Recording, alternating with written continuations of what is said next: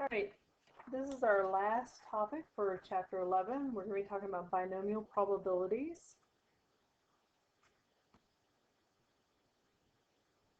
So we're going to talk about something called the binomial probability distribution, binomial probability formula. On this material, you really may want to read carefully in the first part of the section. They give a couple of very good examples that explain a lot of this information. And I'm going to go over some of it now, but most of it we're just going to concentrate on the formula and how to use the formula. So imagine that you have a spinner and it's going to be spun twice, and we're trying to figure out how many times a 2 could be obtained. So we look at this as successes and failures. So we could have a 1 and a 1 on the spins, or a 1 and a 2 for each of the spins, or 1 and a 3, 2 and 1, 2 and 2, 2 and 3, 3 and 1, 3 and 2, and 3 and 3. So if I'm looking at the 2's as my outcomes, I have a 2 in this possibility, this possibility, this possibility. So those are the possibilities that I could get a 2 in one of the spins. And then we look at how many times 2 was the outcome at least once. And then we look at how many times 2 was an outcome at least twice. So we're basically we picked the number 2. We could have just as easily done this with the 1 or the 3, and it would have been the same results. So when you can divide the categories into successes and failures, then we're talking about binomial, and bi means 2, and so that's where we come up with this idea of 2 possibilities, successes and failures, and we can figure out all the repetitions and all the different possibilities, and these are called Bernoulli trials.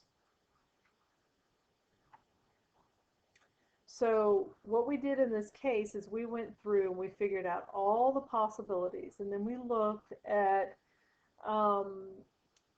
the number of 2's in none of the 4 cases. So we looked at how many times 2 occurred in none of the cases. So if we look at that, and we'll go back a second and look at that chart, 2 occurred 0 times in this case. It didn't occur at all. 2 did not occur here.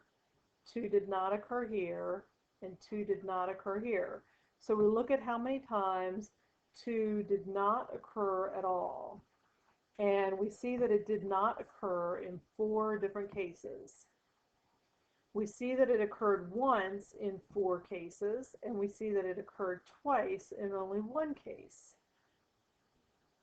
So then we list all of those probabilities in one chart. So we have 4 out of 9 cases, 4 out of 9 cases, and 1 out of 9 case. And we list all of those in this distribution chart. And you'll notice that when we list all of these possible, or all of these probabilities, they total out to 1, which shows that we have a valid probability. Because remember, we talked about we want the distribution to be equal to 1. So this is called a binomial probability distribution. Binomial, again, because we're measuring the positives and the negatives, so that's 2 different types of results, and the distribution does add up to be equal to 1. So there's actually a formula for this. Let me show you the formula, and then we'll go back and look at it. So our formula is right here. It looks a little bit complicated, but that's our formula to figure out the binomial probability. And in this formula, N is talking about the number of trials. How many times did I flip the coin? How many times did I spin the wheel? How many different occurrences happened? How many cards did I draw? Whatever the case is. P is the probability of success. So I want good things. How many times did I get the heads? How many times did I get the 2 in the chart that I was looking at? Q is the probability of failure. So remember that Q is always going to be able to be obtained by doing 1 minus the successes. And then X is, what is the success? is it, 3 times that it occurs, or is it, how many different times do I get a 2? For example, if I look at the case of the 2's in my spinning of the wheel, x could be 0. How many times did 2 not occur at all? If I wanted to know how many times did 2 occur twice, then x would be 2. So that's the different possibilities of what my cases are. Okay, so let's look at a formula, or let's look at an example. Find the probability of obtaining exactly 3 heads in 5 tosses of a fair coin. Okay, so we've got to think about our formula and think about all the different parts of the formula and what do we need in order to solve the problem. So what we need in order to solve the problem is n, and n is how many times did I conduct my experiment, and n in this case is 5. Okay, I need x.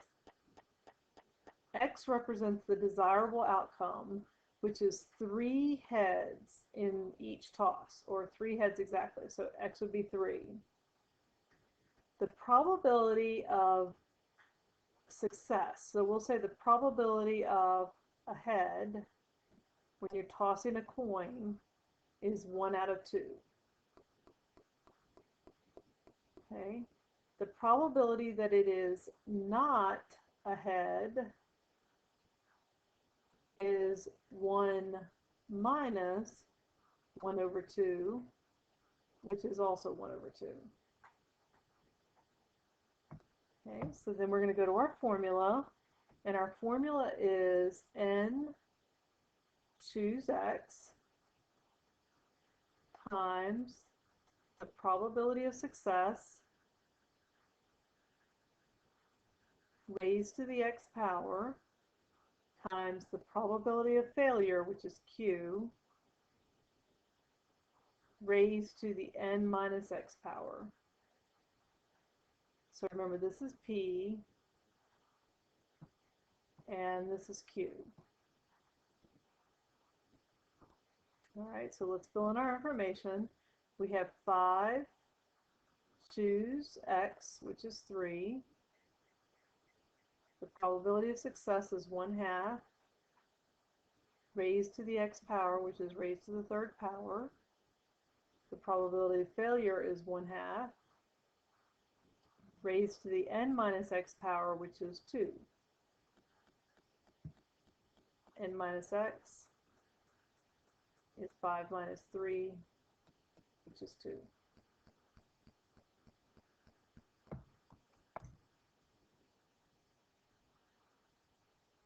So if you can see through some of this and see the information that we have here, we have our formula here. So we have 5 choose 3, 1/2 to the 3rd power, 1/2 to the 2nd power. 5 choose 3, if you go through into your formula, is 10. 1/2 to the 3rd power is 1/8. 1/2 to the 2nd power is 1/4. So if we multiply all this together, we're going to end up with 10 over 32, which reduces to 5 over 16. So the probability that I get exactly 3 heads when I toss the coin 5 times is 5/16.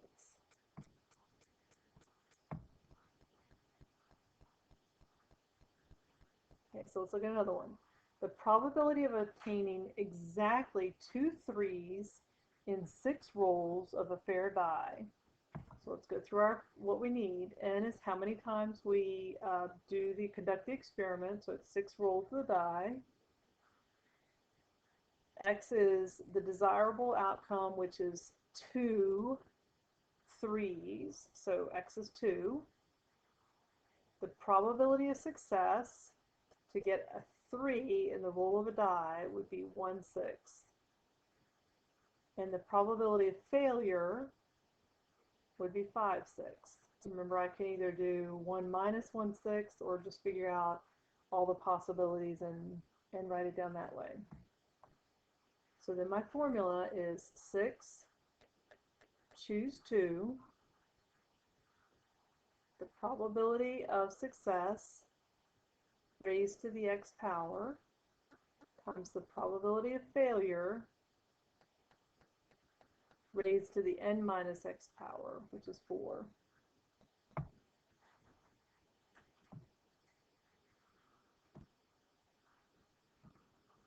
All right, so if you look at all this put together, 6 choose 2 comes out to be 15. 1/6 to the second power is 1/36. 5/6 to the fourth power, on your calculator you would do 5 to the fourth power, and you would do 6 to the fourth power. Comes out to be 625 over 196. And more than likely you're just going to put all that in your calculator and do 15 times 1 times 625. All of that divided by 36 times 1296. And you should get the probability is 0.201.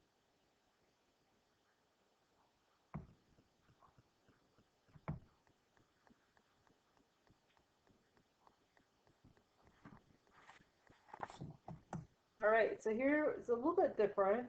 So the probability of obtaining less than 2 3s in a roll, in 6 rolls of a fair die. So we're going to do the same thing. N is how many times we conduct the experiment. So N is 6.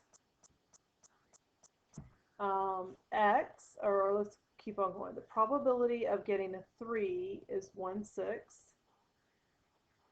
The probability of not getting a 3 is 5/6. This is just like on the last problem. But here's our problem. X can equal a 1 or a 0. Because it said less than 2 3s. So I could get 1 3 or I could get no 3s. So remember that when you have the word or, you think in terms of adding. So we're going to figure out the probability with 1 and then the probability with 0, and we're going to add those two numbers together. So we're going to do our formula twice. So we're going to say 6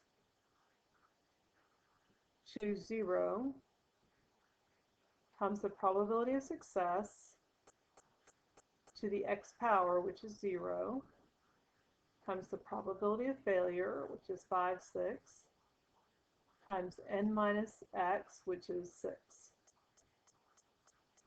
And then we're going to add that to the probability, or we're going to say 6 choose 1, 1/6 to the first power, and 5/6 to the fifth power.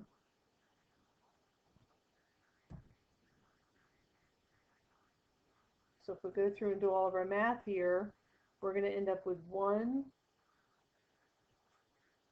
times 1, and then 5/6 raised to the sixth power is 0.3349, plus 6 choose 1 is 6, times 1/6, times 0.4019. So you end up with 0.3349 plus 0.4019. So the probability that I would get a 3 less than twice, or either 0 or 1 times, would end up being a probability of 0.7368 when I add those two values together.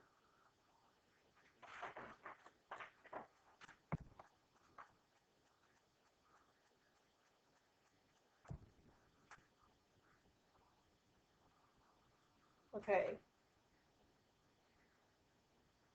So here we have a batting average problem, but there's a couple tricks to this. First of all, when they give you the batting average, basically they're giving you the probability of success. They're telling you the probability that he's going to hit the ball is 0.25. Therefore, the probability that he is not going to hit the ball is 0.75. 1 minus 0.25. The other trick to this problem is they're asking you for more than 2 hits. Find the probability that he will get more than 2 hits. Now the problem is more than 2 is an infinite value. So what we have to do is we have to figure out the probability of less than or equal to 2 and then do the complement. Because remember, 1 minus that would be the probability of the opposite. Okay, so let's get our values here again.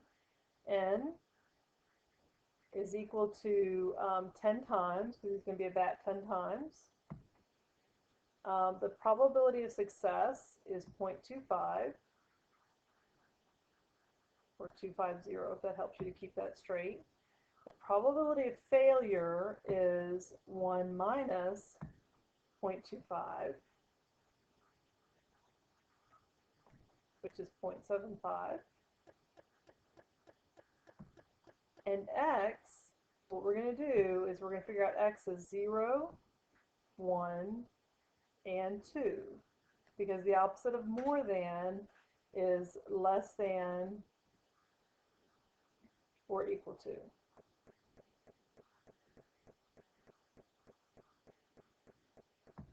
Okay, so this time we actually have to do our formula 3 times. We have to do our formula with 0, 1, and 2. So let's see if I can fit this. So we're going to do 10 to 0, 0.25 to the 0 power, 0.75 to the 10th power, plus 10, choose 1, plus, not plus.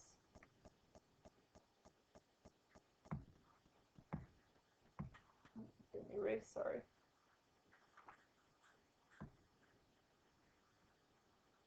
Okay, let's try this again. So 10, choose 1, times 0.25 to the first power, times 0.75 to the 9th power, plus 10, choose 2, times 0.25 to the second power, times 0.75 to the 8th power.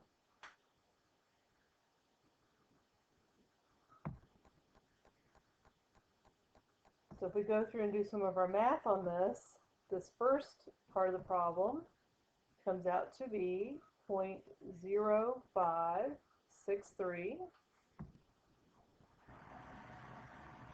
Second part of the problem here comes out to be 0.1877. And the last part of the problem here comes out to be 0.2815. And all of this together equals 0.5256.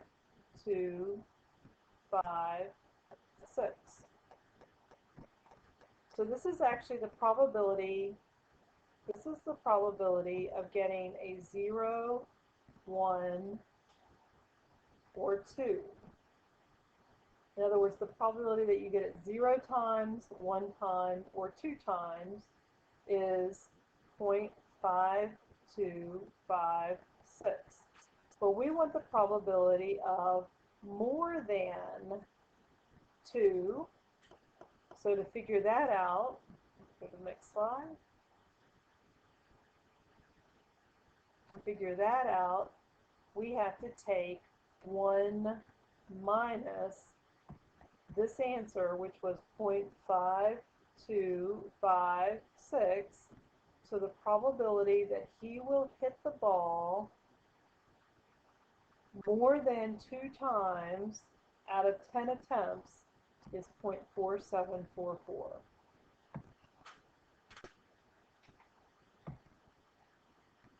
All right, I hope this helps. Again, keep in touch. Let me know if you need any help. Don't forget to email me, go to the discussion board, text me, do whatever you need to do to get some help if you need it. Talk to you later.